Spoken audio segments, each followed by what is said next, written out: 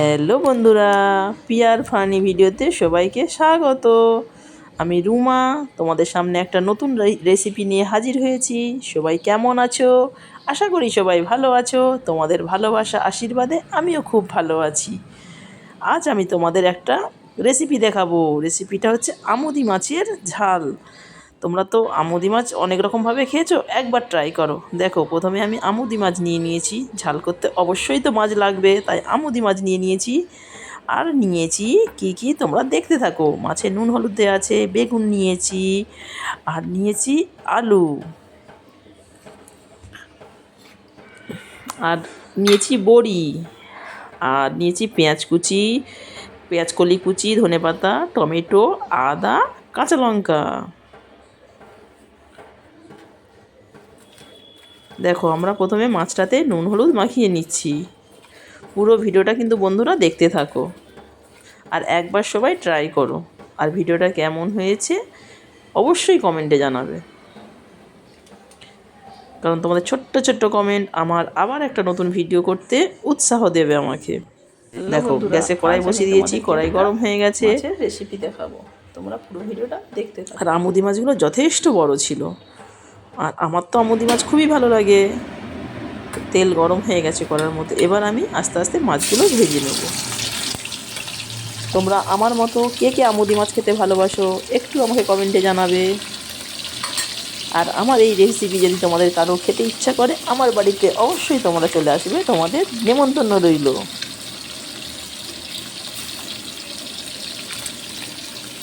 মাছগুলোকে আমি উল্টে পাল্টে একটু ভালো করে ভেজে নেবো। যেহেতু এটা সমুদ্রের মাছ, তো তাই সমুদ্রের মাছকে একটু ভালো লাল লাল করেই ভাজতে হয়। মাছগুলোকে আমি একটু লাল লাল করে ভেজে নেব।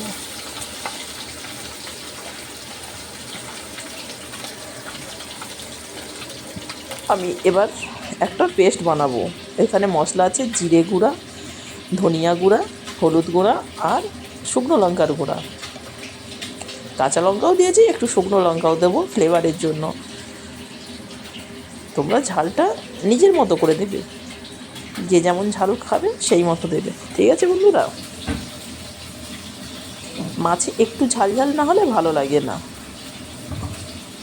এবার ঝালটা যে যেমন ঝাল খাও সেরকম, যারা বেশি ঝাল খাও একটু বেশি ঝাল দেবে, যারা কম ঝাল খাও কম ঝাল দেবে। দেখো, মশলাটার মধ্যে জল দিয়ে আমি মেখে রেখে দিলাম।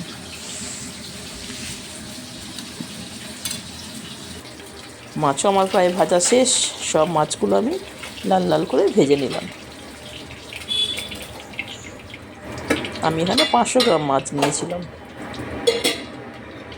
এবার বড়িগুলো একটু ভেজে নেব। এই বড়িগুলো কিসের বড়ি বলো তো বন্ধুরা? এই বড়িগুলো হচ্ছে মানকচুর বড়ি।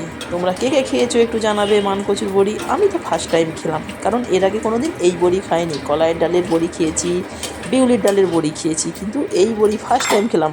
দারুণ সুস্বাদু ছিল, কিন্তু নেক্সট টাইম আবার খাবো এই বড়ি আমি। ভয়ও অল্প নিয়েছিলাম, কিন্তু জানতাম না এত টেস্ট।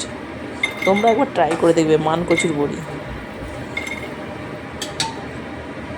বড়িগুলোকে লাল লাল করে ভেজে নিলাম। এবার ওই তেলের মধ্যেই দিয়ে দেবো আলু। আলুগুলোকেও একটু লাল লাল করে ভাজতে হবে। যে কোনো রান্নাতে আমরা সবসময় কী বলো তো, একটা জিনিস খেয়াল রাখতে হয়, সবজিটাকে একটু ভালো করে ভাজতে হয়। সবজি ভালো করে ভাজা না হলে কখনোই রান্নায় সুস্বাদু হয় না। যে কোনো সবজি বানাতে গেলে রান্নার মানে উপকরণগুলোকে একটু ভালো করে ভাজতে হয়। দেখো, আলুটা প্রায় লাল লাল করে ভাজা হয়ে গেছে।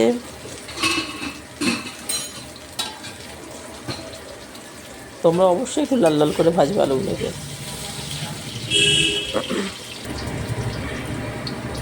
এবার আলুগুলোকে আমি নামিয়ে নেব। প্রায় ভাজা হয়ে গেছে আলুটা আমার। তোমরা দেখতে পাচ্ছ কতটা লাল করে ভেজেছি আমি। তোমরাও একটু লাল লাল করে ভাজো।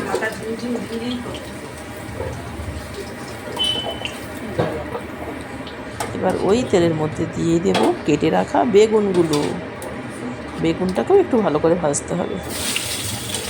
কেটে রাখা বেগুন দিয়ে দিলাম।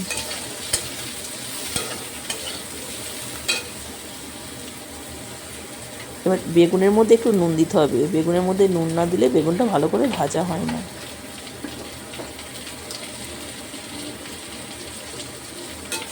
উল্টে পাল্টে বেগুনগুলোকে ভেজে নেব। আমার আমুদি মাছ তো ভীষণ প্রিয়, তোমাদের কার কার প্রিয় একটু আমাকে কমেন্টে জানাবে বন্ধুরা।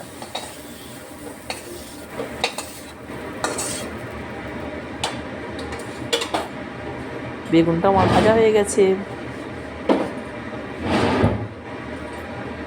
এবার কড়ার মধ্যে আমি তেল দিয়ে দেবো মাছের ঝালটা বানানোর জন্য।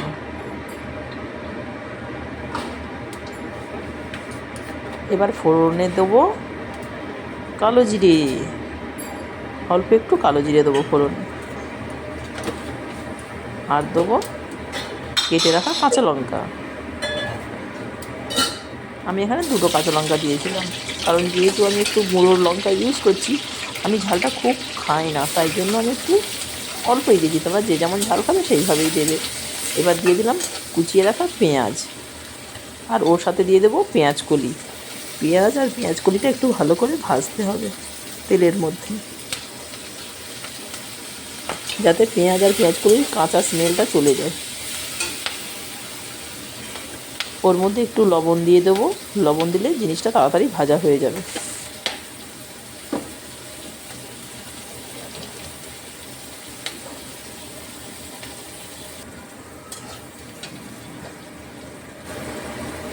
এবার দিয়ে দেবো গ্রেট করে রাখা আদা।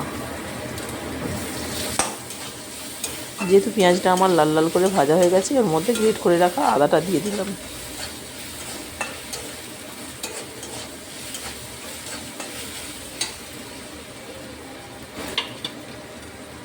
এবার দেবো মিক্সড করে রাখা যে মশলাটা করা ছিল আমার, জিরে গুঁড়া, হলুদ গুঁড়া, লঙ্কা গুঁড়া আর ধনিয়া গুঁড়া, মশলাটা দিয়ে দিলাম ওর মধ্যে।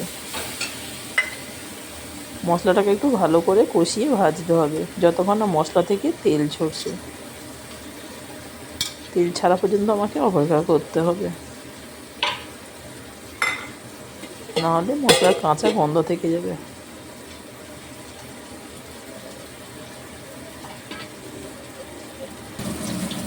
দেখো মশলা থেকে প্রায় তেল ছেড়ে গেছে কিন্তু।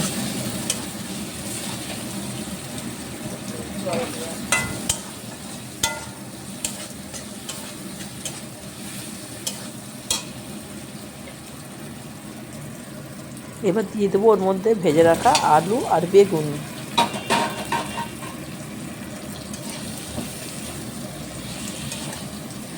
মশলাটার সাথে কিছুক্ষণ আলু বেগুনটা কষাতে হবে।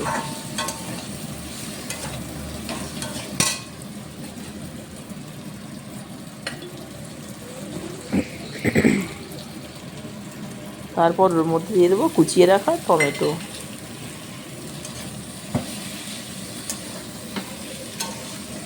বন্ধুরা টমেটোটা আমি পরে দিলাম কেন বলো তো, যাতে টমেটোটা গোটা গোটা থাকে, একদম গলে না যায়, সেই জন্য দিলাম। এবার কিছুক্ষণের জন্য ঢেকে রাখবো।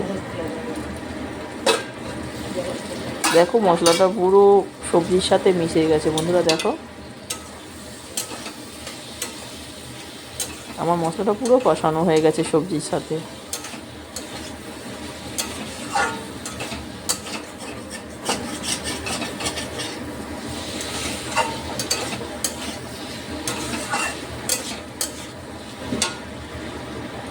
পুরো কষানো হয়ে গেছে মশলা। এবার ওর মধ্যে দিয়ে দেবো অল্প পরিমাণ জল। জল তোমরা অনেক দেবে না, অল্প পরিমাণ দেবে, কারণ আলু বেগুনটা যেহেতু আমি ঢেকে ঢেকে করেছি তাই অনেকটাই সেদ্ধ হয়ে গেছে, 80% সেদ্ধ হয়ে গেছে, আর 20% বাকি আছে সেদ্ধ হতে। তাই দেখো আমি একদম সামান্য জল দিয়েছি। মাছের ঝালের কালারটা জাস্ট দেখো বন্ধুরা।